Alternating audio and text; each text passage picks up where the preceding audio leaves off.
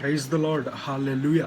సమస్త మహిమ ఘనత ప్రభావములు నజరేయుడైన యేసుక్రీస్తునకు మాత్రమే కలుగునుగాక, ఆమేన్. ఈ రోజున పరిశుద్ధ ఆత్మదేవుడు మనతో మాట్లాడాలని, మన జీవితములో ఆయన వాక్కును పంపి గొప్ప కార్యాన్ని జరిగించాలని చెప్పి ఆశపడుతూ ఉంటుండగా, ఎన్ని పనులున్నా సరే వాటన్నిటినీ పక్కన పెట్టి దేవుని వాక్యానికి విధేయత చూపించినట్లయితే తప్పనిసరిగా ఆ వాక్యాన్ని ద్వారా మీ జీవితంలో ఒక గొప్ప కార్యాలను చూస్తారు అనే సత్యాన్ని, వాస్తవాన్ని ఈ సమయం అందరూ ప్రతి ఒక్కళ్ళు గ్రహించండి, ఆమేన్. ప్రార్థన. మహాపరిశుద్ధుడైన నా తండ్రి, నీకు స్తుతులు. నీ వాకును వినుటకు మేమందరము మా చెవులు యొగ్గి ఉంటుండగా, మాతో ముఖాముఖిగా బహుసూటిగా స్పష్టముగా మాట్లాడి నీ వాక్యాన్ని పంపించి మా జీవితంలో ఒక గొప్ప కార్యాన్ని జరిగించమని, మీరే ఆది నిమిషము మొదలుకొని ఆఖరి నిమిషం వరకు మహిమ పొందమని నజరేయుడైన యేసుక్రీస్తు నామములో అడుగుతున్నాం తండ్రి, ఆమేన్. ఈ రోజున మన వాక్యధ్యానం అంశం నిమిత్తమై నీ విధేయత ఎలా ఉంది, ఉన్నప్పుడు లేనప్పుడు. ఈ రోజున ఆలోచన చేసినట్లయితే పరిశుద్ధ గ్రంథంలో నుండి మనం చూస్తున్నట్లయితే ఒక భక్తుడు ఉన్నాడు. ఆ భక్తుడి పేరు యోబు.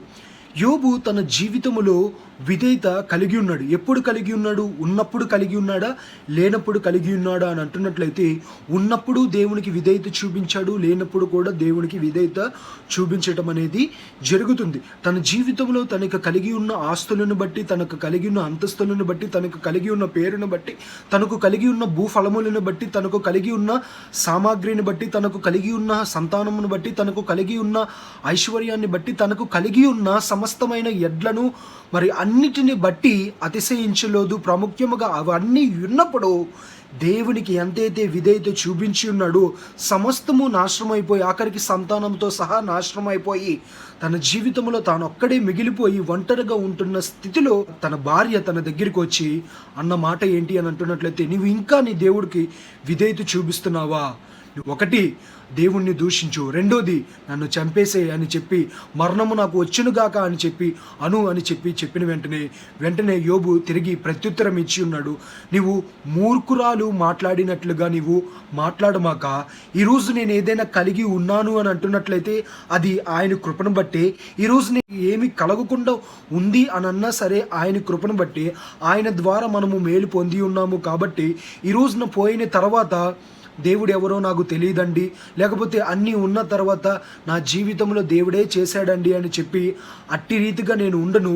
నా దగ్గర ఉన్నా నేను ఆయనకి విధేయత చూపిస్తాను, నా దగ్గర లేకపోయినా నేను ఆయనకి విధేయత చూపిస్తాను అని చెప్పి యోబు తన జీవితంలో విధేయత చూపించడం అనేది జరుగుతుంది. ఎందుకని అని అంటున్నట్లయితే, నేను నా తల్లి గర్భంలో నుండి నేను దిగంబరుడుగా వచ్చాను, తిరిగి వెళ్ళిపోయేటప్పుడు దిగంబరిగా నేను తిరిగి వెళ్ళిపోతాను.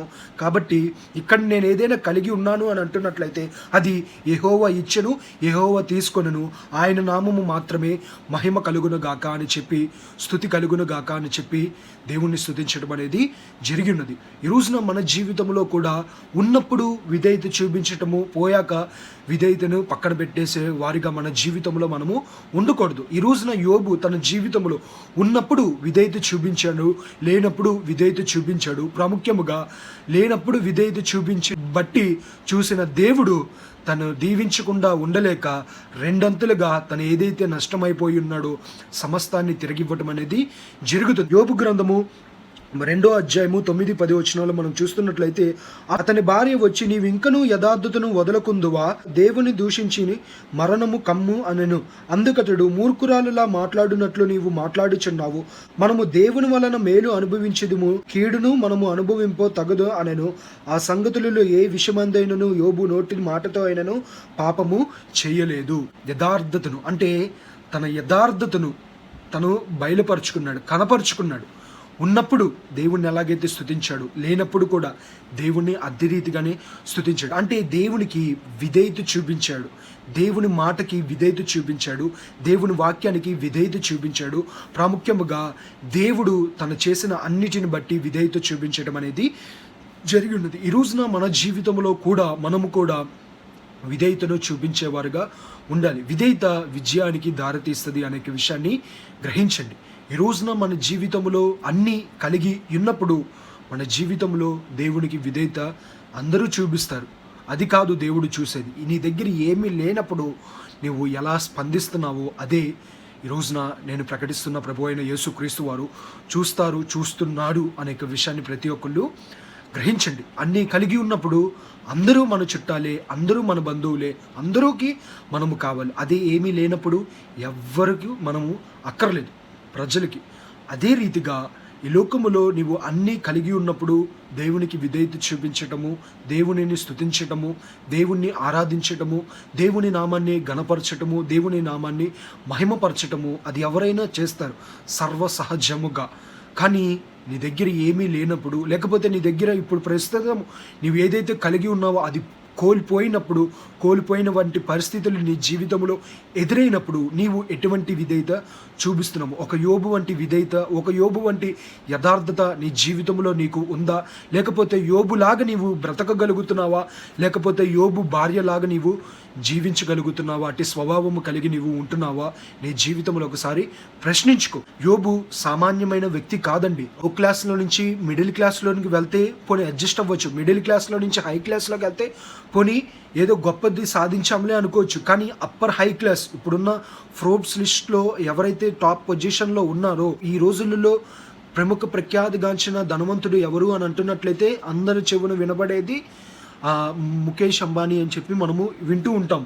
అదే రీతిగా ఇంకా తెలియని వాళ్ళు అనేక మంది ఉన్నారు. కానీ మన ఇండియా భారతదేశపు ప్రకారము వింటున్నట్లయితే ఈ వ్యక్తిని తీసుకుంటాం. అట్టి రీతిగా దీనికన్నా ఉన్నతముగా దీవించబడిన వ్యక్తి యోబు. మరి అంత గొప్ప యోబు, అంతగా దీవించబడిన యోబు ఒకేసారి టపామని పతన స్థానానికి వచ్చేయటం అనేది జరిగి ఉన్నది. మరి అంత నీచాది స్థానముకు వచ్చినప్పుడు కోపము తట్టుకోలేక, ఆగ్రహమును తట్టుకోలేక, బాధను తట్టుకోలేక, ఎవరిని ఏమనాలో తట్టుకోలేక, ఏమి చేయాలో దిక్కుతోచిన పరిస్థితులలో తన భర్త దగ్గరికి వెళ్ళి మాట్లాడదాం అనుకుని వచ్చిన యోబు భార్య యోబుని చూసి, ఏంటి ఇంకా యథార్థముగా ఉన్నాడా, ఇంకా ప్రార్థన చేస్తున్నాడా, ఇంకా దేవుణ్ణి వెంబడిస్తున్నాడా అని చెప్పి, నువ్వు చచ్చిపోరాదా, నువ్వు చచ్చిపో అని చెప్పి నువ్వు దేవుణ్ణి దూషించు మొదటిది. రెండవదిగా మరణమును దయచేయని చెప్పి దేవుణ్ణి అడుగు అని చెప్పి అనటం అనేది జరిగినది. ఈ రోజున ఎంతో బాధాకరణం అండి. ఈ రోజున మన జీవితంలో కూడా అన్నీ నీవు కలిగి ఉంటున్నప్పుడు ఎవరినైనా దేవుణ్ణి స్తుతిస్తావు. ఏమీ లేనప్పుడు ఇటువంటి విషయాల నిమిత్తమే ప్రజలు పలుకుతూ ఉంటారు ఇటువంటి మాటలు. ఎందుకండి ఆ దేవుణ్ణి నమ్ముకున్నారు, అరే రే రే రే ఆదివారం సంఘానికి వెళ్తున్నారు కదా, మీ జీవితంలో నేను జరిగినాయండి, బాప్తిసం తీసుకున్నారు కదండి, మీ దేవుడు గొప్పవాడు అన్నాడు కదండి, మరి మీ జీవితంలో ఏంటండి ఇలా జరిగింది అని చెప్పి శ్రమలు వచ్చినాయి ఏంటి, శోధనలు వచ్చినాయి ఏంటి, ఇరుకులు, ఇబ్బందులు, అవమానాలు, అపజయాలు వచ్చినాయి ఏంటి అని చెప్పి నిందించేవారు, గాయపరిచేవారు, ఎగతాళి చేసేవారు.